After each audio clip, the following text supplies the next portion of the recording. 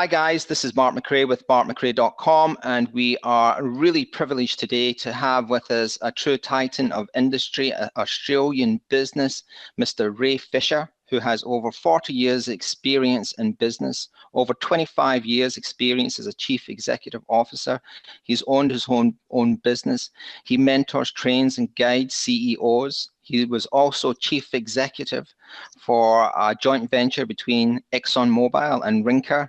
We couldn't hope to have a more experienced person with us here today. So hello, Mr. Fisher.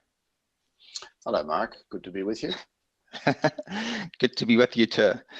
So the reason that I know Ray Fisher is because amongst his many other accomplishments, he's also the chairman of an elite group of CEOs called the Executive Connection, and his particular group is Tech 23, of which I was a member for almost 3 years and had the privilege of working with Ray. Ray, I can talk firsthand, has probably the widest and broadest knowledge of business of anyone who I've ever met.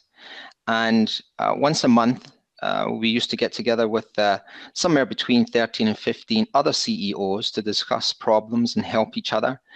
And also once a month, I would work with Ray for about 2 hours on a one-to-one basis. And probably some of the best growth I've had in my business career was during that period in time. So just to jump right in, Ray, and take off with one of the questions that we spoke about. I asked you a few weeks ago, what should a CEO be doing? And then you replied, well, it depends at what level that CEO is. So maybe we could just embellish that or talk about that a little bit. Yes, it's very much situationally dependent. So it depends on the scale. And it depends on the stage of the business. So businesses are either growing, some are growing slowly, organically, some are growing very, very rapidly. And then there are those that are in decline, either slowly or very rapidly, or they could be in industries which of themselves are in decline, either internationally or locally. So that situation, both scale and stage, really is a prerequisite to deciding what skill sets are required and what type of CEO you need. So that type of CEO, I mean, if you've got that growth or sort of whether the business is in growth or it's in decline or it's stage, you think that's more important or more relevant than the size of the turnover? So you wouldn't grade what type of CEO ran a business that was between, say, 1 million and 5, or 5 and 10, or 10 upwards. You're more interested in the growth or decline or sustainability of it? Well, I think the first, you could either come at it from the size, but turnover is not necessarily a good indicator. So you can have a business which is turning over a relatively small sum of money, maybe 5, 10, 15, 20 million, but it may have something much more important than that. That is, so the services industry, for example, is almost all made up of the hiring out of labour skills. So the big consulting firms and the big accounting firms and lawyer firms, they're typical of that. They don't have a lot of fixed assets. Their assets are their people, and therefore their turnover only reflects the turnover that comes from providing people services, as opposed to a business which might be steel making, for example, which has a very capital intensive investment, or mining is another example where there is a very large proportion of the total investment is actually fixed in plant and equipment and development costs, etc. And labour is a much smaller component of that. So turnover is not necessarily the best measure of relativity of businesses, in micro terms. If we've got different types of CEO for different situations, what type of CEO or attributes do you think a CEO needs for a growth business? as opposed to something that's in decline, for example? Well, I think starting generally, most chief executives have to have some what called non-cognitive skills. So they need to be good critical thinkers. They need to be good at problem solving. I mean, they have to have a level of intelligence, obviously. They need to have social skills. They need to have an element of creativity, to find ways around, not to just accept the status quo, but to work hard and to have the persistence and the tenacity to work hard to find a solution or a way through or a way around problems. And I guess self-discipline, self-control is the other attribute. Those are probably the core attributes of leadership generally, and chief executive is a form of leadership. Then the stages dictate the rest as to what you need. If you're dealing with a business which is growing rapidly, you need more creativity. You need to be less concerned about analytical techniques. You need to be thinking more on your feet. You need to be more of a risk taker. To take advantage of the opportunities, particularly in today's world where it's very turbulent. And, there's I often say we're like in today's world we're like corks in the ocean. We don't have a lot of control over most things around us. We have to learn to live with that state that we're in, and we will remain in into the future. Are leaders born or made? Do you think there are natural leaders, or can you learn to become a good leader? There's a lot of research around this, whether it's applying to leaders or athletes. There's lots of McRae research now on this subject. So if I go to the athlete, which everybody understands, obviously if you've got short legs, you're going to find it difficult to be a world-class sprinter. However, with training, of course, given what you're born with, you can go a long way, and the training can compensate for an awful lot of that. But maybe you'll never make it to. Maybe you've got to have a minimum amount of DNA in you that to build with, resources that obviously somebody who starts off with some natural leadership DNA, if I can put it that way, it's much easier to take them to be a champion. But how many times do you see in the athletic world somebody with enormous talent but hasn't got the self-discipline and hasn't got the desire and doesn't make it? And then there are others, and I'm thinking the tennis world, for example. There are some champions that have made it to championships and won one of the Grand Slams in tennis, and yet everybody acknowledges that they weren't the most talented, but they have just worked so hard at it. So somebody with less DNA has to work harder to get to the top. Somebody with more DNA has to work less to get to the top. But not all people with the right DNA have the wherewithal to make it to the top. Exactly. And it's interesting you say that about self-discipline and control, because it's something that people don't really talk about for CEOs in business. I mean, it's all of the other nice, shiny stuff that people are interested in. But that to run a company well, it's almost like an athlete. I mean, if you intend to give the very best to the company, you've got to have that same discipline as a top athlete, I think. But have you ever walked into a room and saw somebody and immediately identified that person as a leader? I mean, is there somebody so charismatic, so intelligent, so something, that X factor that you can spot it before you talk to them? Charismatic leaders are the more obvious, but there are many leaders who have no charisma at all, and are just and who are just as successful. They just have a different style of doing it. So you have people who are out front and big. Richard Branson, for example, is out the front. He's really good at the PR.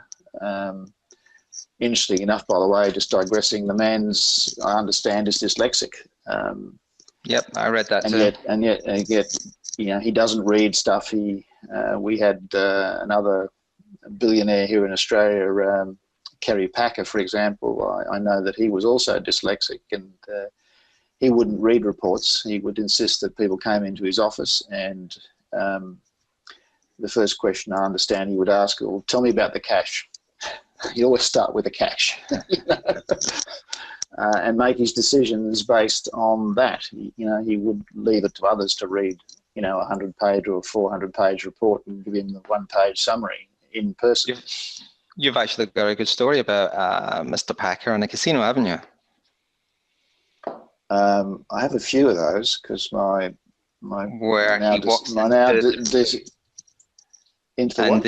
he walks into an area of the casino where there's somebody playing and they're playing for a lot of money, and they basically tell him to go away because they're implying he doesn't have enough money. And no, that's a different story. Who knows whether it's true or not? Now, this is around. Do you want me to tell you this one, do you? Because it's interesting. Tell it. It's pretty typical of the man. Whether it actually happened or not, I don't know. But it's part of that myth and legend that particularly around that particular guy. But he was playing. He has a big polo field in the UK, and he had converted some farmland over to this, and there was a big polo tournament being held. So the story goes that at the end of this, towards the end of the day, he took a whole bunch of friends into the local village to go and have a meal.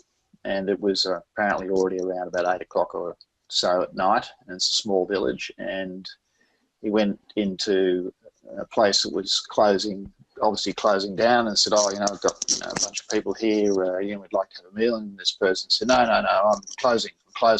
You know, wouldn't be persuaded by any arguments to keep the doors open for a group that I understand almost filled this small restaurant in the village." So, okay, we went down the road, and a similar story in the next one, except this person, opened up the doors again. Sure, come in, had a lovely meal, and at the end of it, he gave a very large sum of money to her as a tip. She said, "Oh no, you can't do that. No, there's only one condition. I want you to take this tip, but the condition is that you tell the other person in the other restaurant that you got this tip." And I think the sum of money was like $100,000. It was, whether it was or not. It was a big. It wasn't $50. Let's put it that way. And what leaders do? If you had to pick one person or one leader that you admire, who would that be? Doesn't need to be business. Could be anything. Well, there are so many. I think, obviously Richard Branson. I think, very, very impressed with what he's done. Other people who are quieter, like Jack Nasser, Australian, who was currently, I think, chairman of BHP. Yes. He went to the top of Ford, very successful. I've already mentioned Kerry Packer, Rupert Murdoch. I think a lot of criticism, but amazing what he's achieved in his lifetime and still at it. Alan Joyce, I think, the chief executive of Qantas. He made his first real mark in my mind when he started up Jetstar with a brief to be 5% under the cost of Virgin, setting up essentially a whole new airline. I think the strategy that was followed with that is actually brilliant. Obviously, people like Jack Welch, but there are so many people, and those are the more high-profile ones. But everywhere I've gone, I've seen leaders who are not rock stars and not in the press at all levels. I mean, there's leaders everywhere.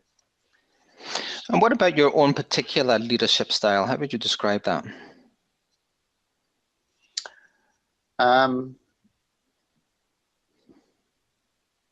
Self-reflection. It's I think it's changed over time. I think I've become much more versatile, less one-dimensional than I used to be. I'm still learning. I think I've learned more in the last 10 years than I've probably learned in all the rest of my life. It seems that as soon as you think you've got it sort of kind of wrapped up, you get thrown a curveball and have to go back to basics and rebuild and rethink about how you approach things, especially in a world which now is moving so fast. I think I just forget the exact numbers now, but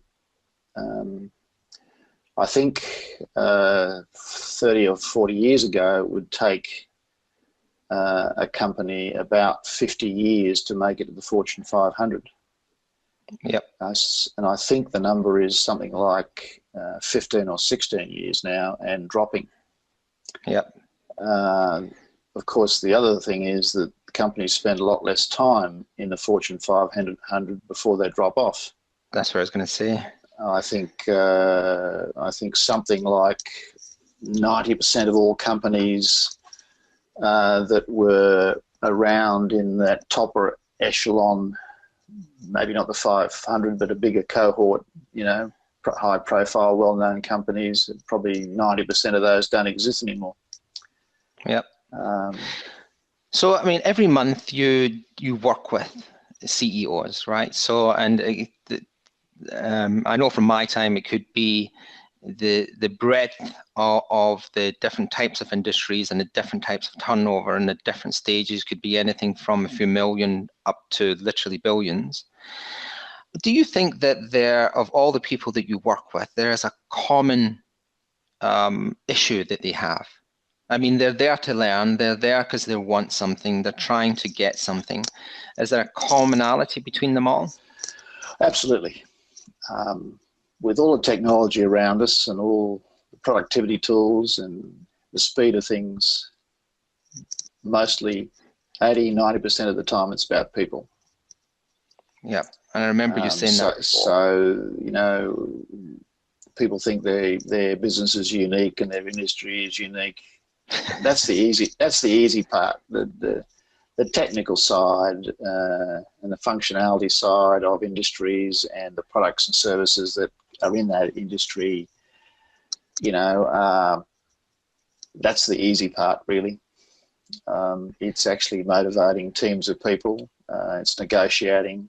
I mean, every conversation is a negotiation every day. Starting from the very beginning in the morning when people arrive at work and trying to motivate them, get them up into fifth gear by hopefully within 15 minutes of starting work, and having a sustained team approach for the full day, the full week, the full year. And is that changed? Oh, yes. Look, I have, you mentioned, I mean, I started working in the early 70s. There were no fax machines. There were no mobile phones, and you wrote a letter to somebody and expected a response within 2 weeks. And then the fax machine came along,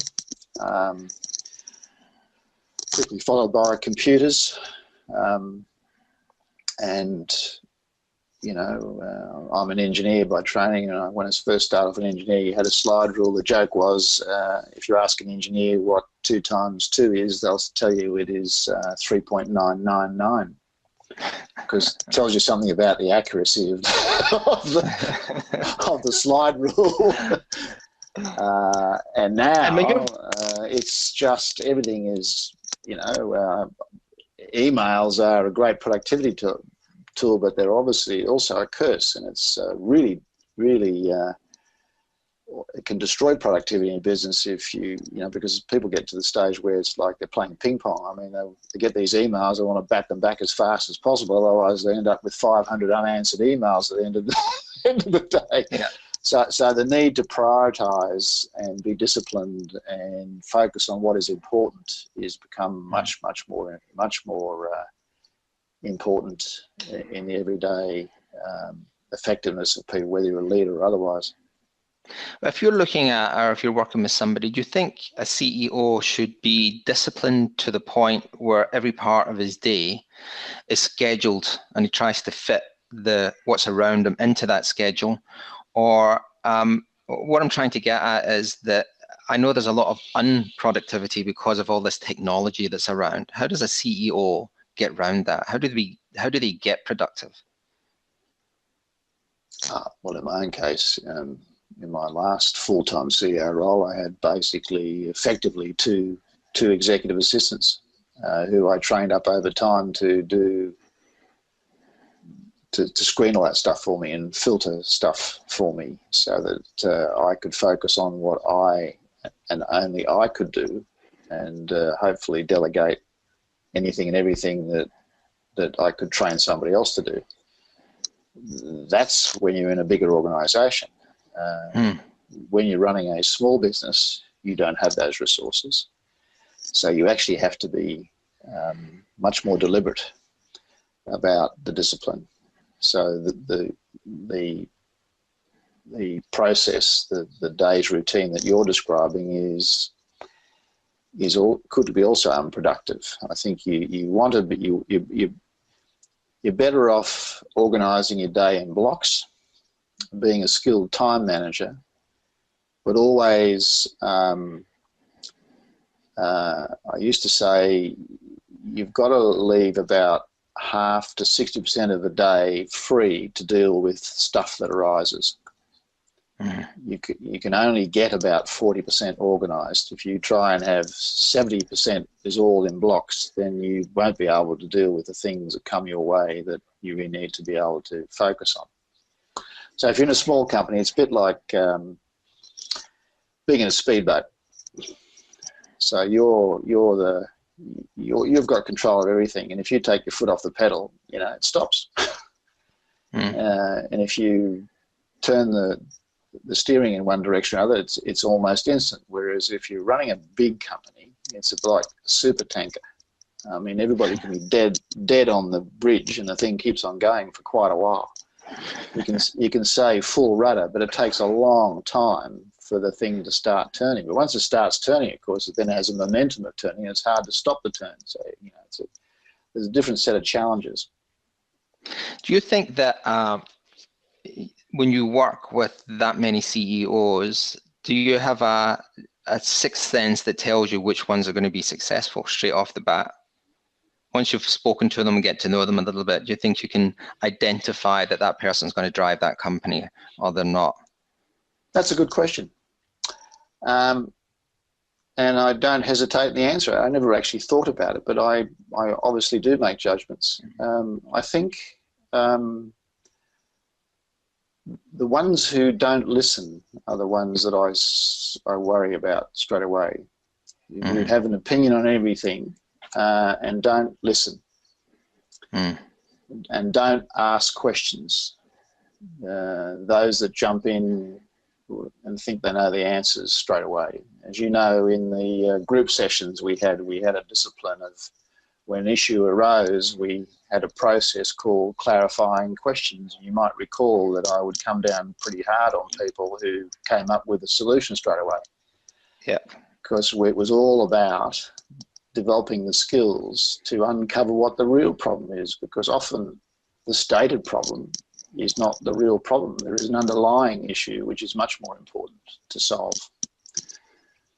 And do you think that I had this idea that really, and talking about people and things like that, but being a good business owner or CEO, do you think it's 80% in the head? I mean, to drive that forward, to drive your business forward, like force of will, to stay on course. It's a psychological game, because you go through so many ups and downs through the course of your business career that unless your head is reasonably together, it can destroy you. It can destroy, you personally. It can destroy your relationships. It can destroy you financially. But you think that it's a psychological is as much important as any other skill? Well, when you asked me this question before, I said it was about tenacity. I didn't use the word tenacity, but I said persistence. But it's a combination of they're kind of different aspects. Being tenacious, being determined, but it's a marathon. So you've in military terms, it's about maintaining the ability to. It's not about winning every little skirmish and every little battle. It's about only putting the resource into things that you can that will get the best outcome and have the greatest probability of the best outcome, and working through and around other issues. So it's a long-term thing, but the thing that is required all the way through is just I guess the skill that I think I have is that I never give up. But often the strength you have is also your greatest weakness. So my greatest strength, I think, is that the worst thing that a manager could say to me that's ever worked for me is it can't be done, because I tend to then prove that it can be and then fire them on the basis that, I employed somebody to get that outcome and you can't get it, and I had to actually do it myself, therefore I don't need you anymore, and therefore I should get somebody else. I'm simplifying it, but that's the sort of thought process. That's a good point, actually. How do you, other than depersonalizing, firing somebody, what advice would you give to business owners and CEOs if they're very close to somebody and they have to fire them? Look, there's nothing new. There's relatively nothing new in management. We keep on calling. For the last 50 years, from a period probably, within 2 decades of the Second World War, we create one of the things about wars is we create some of the greatest advances technologically and medically and in all sorts of ways in times like that. So most of what we know in management now, we give it different labels every now and again, but it's still the same. And so there's one truism: hire slowly, fire quickly. And take your time to get the right person. Take your time to get the right person. Now, given the fact that it's a fast-moving world, there is a limit as how much time, but it's relative to the speed at which things have got to be done. But so recruiting is probably the most difficult thing. in spite of all my experience, I don't think my success rate's all that good, but I have it on good authority from various leading headhunters and recruiters that, although they wouldn't admit this to their customers generally, that they have the same problem. Yeah, absolutely. It's extremely difficult. One of the best conversations I ever had with you was when in a one-to-one session that we were doing, and I said to you, what advice would you give to your son if he wanted to start off and say, Dad, I want to be an entrepreneur, I want to own a business? What advice would you give him? And your answer was interesting. I don't know if you remember that answer, but if you don't, maybe you could answer that question. What was my answer? Because that is, again, situationally dependent. There's a couple of answers to that, Mark. Well, what you said was you would probably advise them not to do it, because the success rate of an entrepreneur and what's required. So if you're talking about an entrepreneur, so to start as an entrepreneur, this is something that's best done when you're very young, when you've got plenty of lifespan ahead of you, so that when you make the inevitable mistakes and maybe go broke and bankrupt, that you'll learn from that, and you will succeed in the future if you don't succeed immediately. I think the numbers that run around the success rate of entrepreneurs, we recognise the ones that were successful. But for every one of those, there are thousands who never made it. Yep. And in today's world, there's a great deal of luck involved. But coming back to the strength and weakness, and then just the one I mentioned of being tenacious and never giving up. The weakness of that trait is that you don't know when to give up, and maybe ditch that and start something different. If you could time travel and go back to when you were 21 years of age, what advice would you give yourself about anything? It doesn't have to be about business, but just generally about life. And you could go back to that period in time when you were just starting off. What advice would you give yourself? Well, my leadership journey started, I think, in my early teens. I was very fortunate to be put into all sorts of leadership opportunities. I also was an only child, and I grew up traveling with my parents. So not only an only child, but also moving in different countries. So very, very independent, and living, I guess, as an adult. Most of my conversations with adults from the earliest memories I have. That became a strength, of course. But turning to your answer, at the age of 21, the thing that I did badly in my 20s, even though I had my first chief executive role when I was 30 years of age, I had my first project management role when I was about 24. I had 600 men under my control and 4 engineers, and most of them were a decade or so older than I was. So that was great. But looking back, I made some terrible mistakes because I guess, because of the upbringing I had, I really didn't read people all that well. So I was a sort of leader, would race out ahead of the troops and expect everybody to follow me. And I was fortunate to have some 2 ICs who would interpret for me, would say, you know, words to the effect, well, what Ray means is, you know, and they would fill in the gaps. You know? So, because otherwise I could have fallen flat on my face, and I didn't. But I don't think I really learnt that until I was in my late 30s. I wish I could have done a lot more and got the team together a lot more if I had just listened a bit better and just watched people a bit better than I did.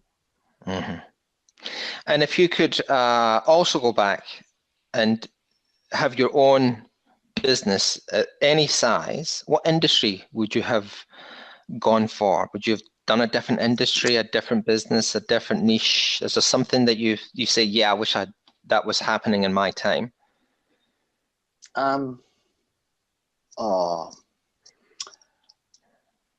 Most of my life I've been running businesses in tough environments. And, you know, so I guess what I would have liked to have done was be in a company that had lots of resources, you know, that was like an Apple, you know, that was growing fast, and, you know, or a Google or something like that, in some of those newer technologies. And because of my background in engineering and civil engineering, it's a very conservative area, so you tended to be in areas of business where innovation was seen as very risky. So, you know... Was it? I mean, that's kind of counterintuitive, isn't it? Was there a time where people thought innovation... But particularly in the civil engineering side, you know, the policy and control of that rests with the public service, because, you know, the investments in infrastructure are very, very big. So this is funded by and managed by government, and government is naturally risk averse. So who is going to try out a new product unless they're pretty sure that it's been it's been, especially when you're designing something for 50 and 60-year and 100-year lives. I mean, this is a big investment. That's interesting. If you're building a new a second runway at Sydney Airport, you're hardly likely to adopt a whole new pavement structure that's never been used anywhere else in the world, or that has only been used for 5 years somewhere. When you're putting this, you just don't. So innovation moves really, really slowly in that type of work. It's interesting because as president of Roads Australia, there's no other way to think but big, because if you build any kind of road, it's a big project, and a runway and an airport is a big project. Have you always been drawn towards the bigger picture? I mean, as opposed to something like the internet, which is almost as analytical as at least 30% of online business. I think my one of my strengths is, as other people have told me, I'm a strategic thinker. So I look at the big picture. I would agree with that. Yeah. I sort of obviously get involved in the detail, but I always come back to the bigger picture. And so, how much resource and time we're going to spend on this versus an alternative way of achieving the strategic outcome. So that's back to my previous remark of not getting hung up with some local skirmish that you've got to win. Better to maybe take a loss and just move around that obstacle and apply your resources somewhere else. Yeah. And what about things like stress? I mean, do you think there's more stress for CEOs today than there was 20, 30 years ago? Or has there always been stress at that level? And no, because it seems, there's much more stress for everybody, not just CEOs, because you're dealing with very rapid changes. You think of the global situation at the moment. It's very uncertain. So if certain things go wrong politically at the moment, which I think is unlikely, by the way, because we're in a global situation where everybody's interdependent. So the Chinese, depend on the United States and depend on all the rest of the world, because still something like, I think about 60 or 70% of what they make is for the world market. So, so that nobody can afford and to actually get into any serious global conflict anymore. It just wouldn't. Yeah. I have this little app called that shows you where all the ships are. Because I'm currently living in Newcastle, and it's the world's largest coal port in the world. Oh, really? It's unbelievable. The ships that come and go out of this port. And so I just took an interest in this. And one of the things, if you ever want to just see how interdependent we all are, if you get this app, you can pull it out to, say, a view of the South China Sea and round Asia and down to Australia and across the United States. There are so many ships at any one time. It's just incredible. Well, that's how they measure the as a predictor of the economy, is how many ships are at sea, isn't it? Yeah, well, it's an incredible number. For coal, moving coal, for example, or iron ore. Coal, iron ore, the LPG gas, to say nothing of container ships. It's just the interdependency of the world is just we all are connected in a very real way now. I'm jumping around a bit now, but the best book. What's the best book you could suggest to CEOs and business owners to read? If you had to pick one book. I'm not a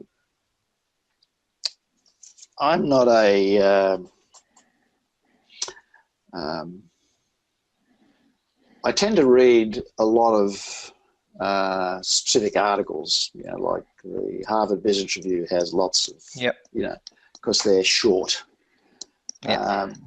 Lots of books are written you know, as kind of as a storyline, really.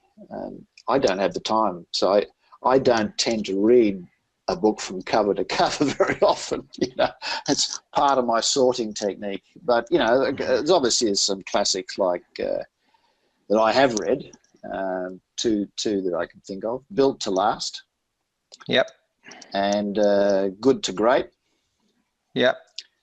Two great books. Those are two books that I have read. But then I've read books on, I just can't remember the names now, but there's a series of books on influencing and negotiating. So I tend to get into, you know... Robert Cialdini, Influence. Yeah, Influence, yeah. I've read that book many times, actually.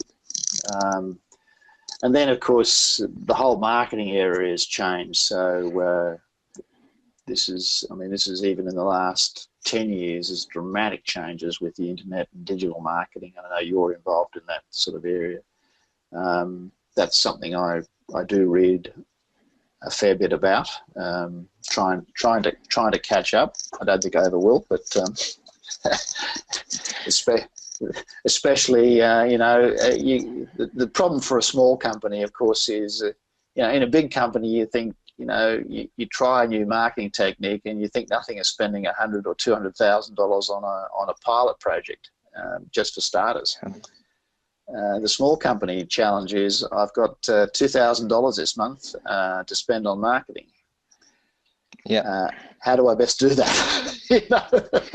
In fact, we spoke I've got about all these choices.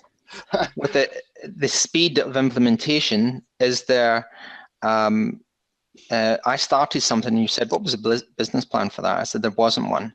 We just did it," and that's the speed at things can move these days. That's why. If you were into, that's why the future is for the small medium company.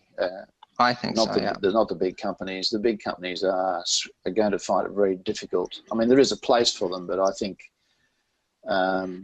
they're too big. They can't move fast enough. You can't change the culture fast enough, and especially in the Western world, where the culture and the values of people in the business is critical to their success. Mm-hmm. The average tenure of the average CEO is too short to establish a culture, let alone to embed it. You know. Well, let's talk about culture. Culture is how important is culture to a business? Well, I said to you before that 80 or 90% of the problems are about people, and therefore 80% of the problem is about culture and the values.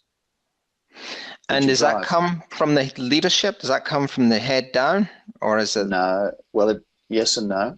I think to get an effective culture and to define the behaviours that go around that, and to get acceptance of that in the organisation, you have to do two things.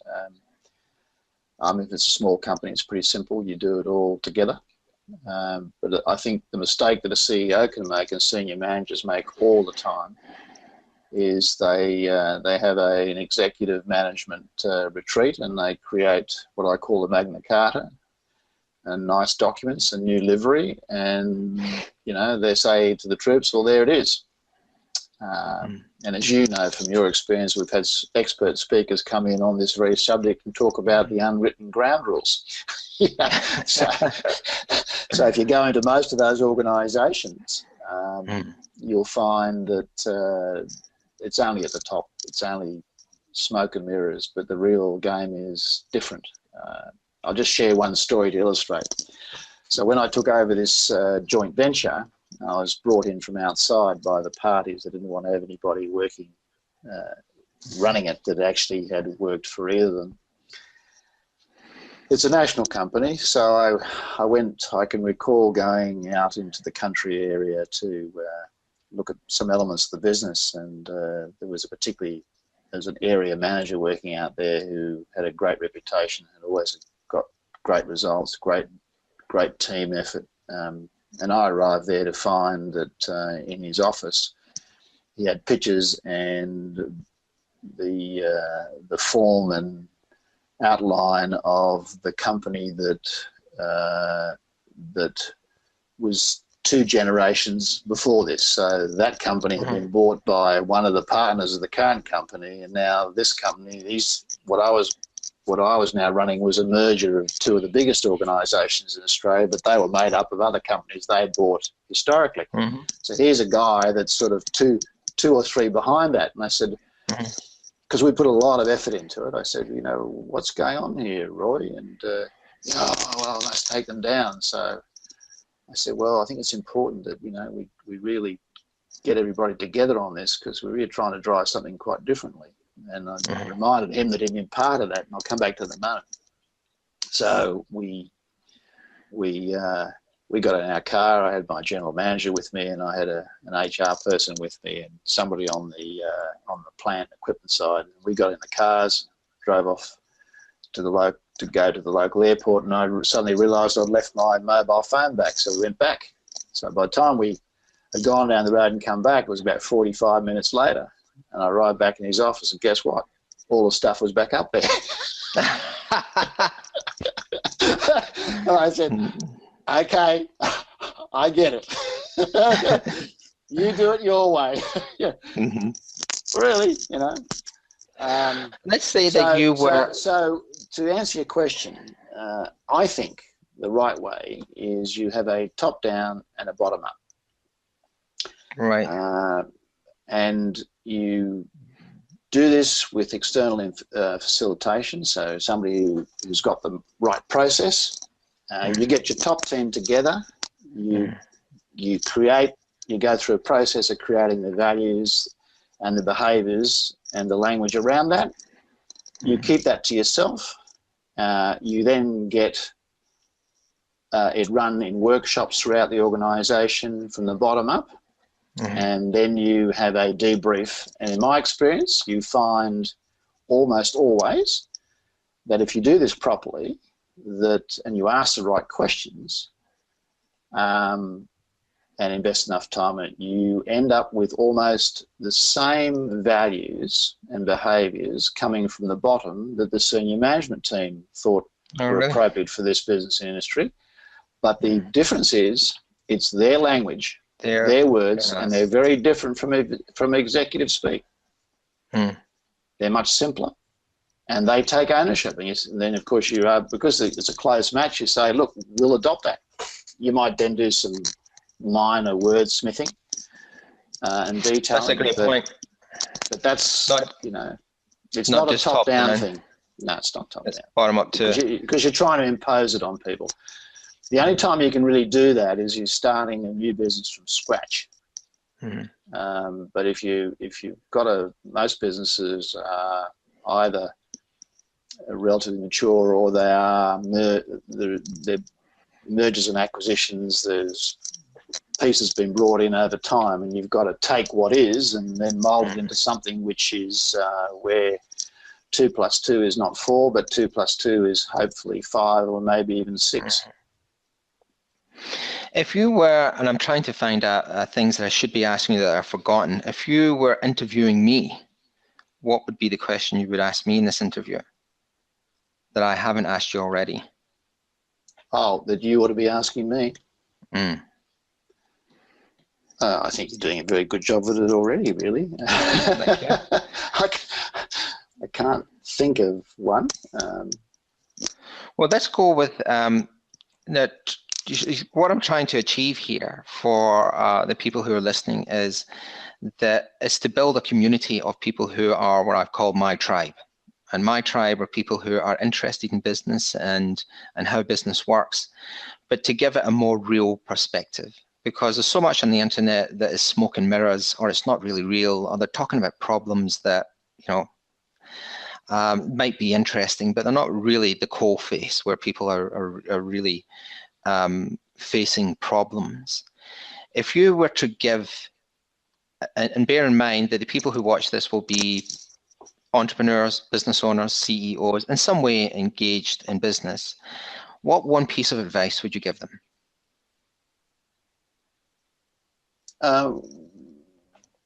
What are they trying to do?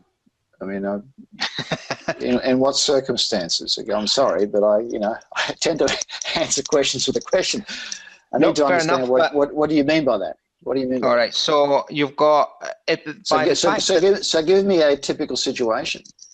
All right. So you've got a young CEO who's relatively inexperienced. And if you look at most of the CEOs who I talk to, they're all a bit lost, right? Entrepreneurs, they're like a shotgun, you know, they're everywhere trying to make something happen. And you've got all of these different types of people in different areas of business. But is there one piece of wisdom that you would say, take a breath, slow it down, focus on this as a kind of general piece of knowledge for them from your experience that you could advise them? Get a coach. Great answer. Get a coach. Get somebody that you can get a coach that's not in your business. You might get multiple coaches, but get people who have the experience, the perspective, not to tell you exactly how to do things, but to challenge you on your thinking, or where you can use them as a sounding board. Don't necessarily rely on one person. I mean, as you know, in the executive connection, which is worldwide, that model is there because you've not only got the person who's chairing that particular group you're in to work with, but you also have the whole group to work with, plus all the other resources to talk to try things out. And bearing in mind that so much of it's around people issues. I mean, you can get the technical information you need off the internet. You know, you get any number of resources and places to research that. It's all so freely available now. The problem is the soft stuff. And for anybody who's listening, I've found most of my growth through mentors and coaches or people who have guided. And all through my career, there's been somebody that I've either sought out or and work with them. And you know, the last incarnation of that was yourself, Ray. So I agree entirely that having a steady hand or a wiser or more knowledgeable experienced perspective can make a huge difference to the growth of your company. Just that sounding board. Well, there's so many, you know, even the top executives now. I mean, it's a bit like being an athlete. It doesn't matter whether you're a champion or whether you're up and coming.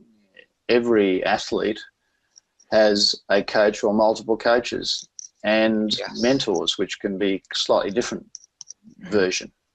Somebody who's been, if I'm giving advice, coming back to one of your previous questions, to say my son at 21 or whatever it might be, starting off, I would say find somebody that is 10 years ahead of you. Right. Find a few of those people that you can relate to. So particularly when you're very young, you tend to be having friends and associates in a very narrow band of age group. When you're in school, you think when you're 17, you think somebody at 19 is old and somebody at 15 is not worth talking to. By the time you're in your 30s, age doesn't matter anymore. But when you're just starting, you're transiting from that situation into, you know, adulthood. The advice I would give a young person is, you know, find coaches and mentors that are, you know, 10, 15 years ahead of you, and ask them questions. Don't make the same mistakes everybody makes all the time, every generation. It's just not necessary. Listen. Well, Ray, you know, I think we've had you for nearly an hour, so thank you very much for your time. It's a privilege to have somebody with your experience chat to myself and the audience who watch. So thanks very much, Ray. My pleasure, Mark.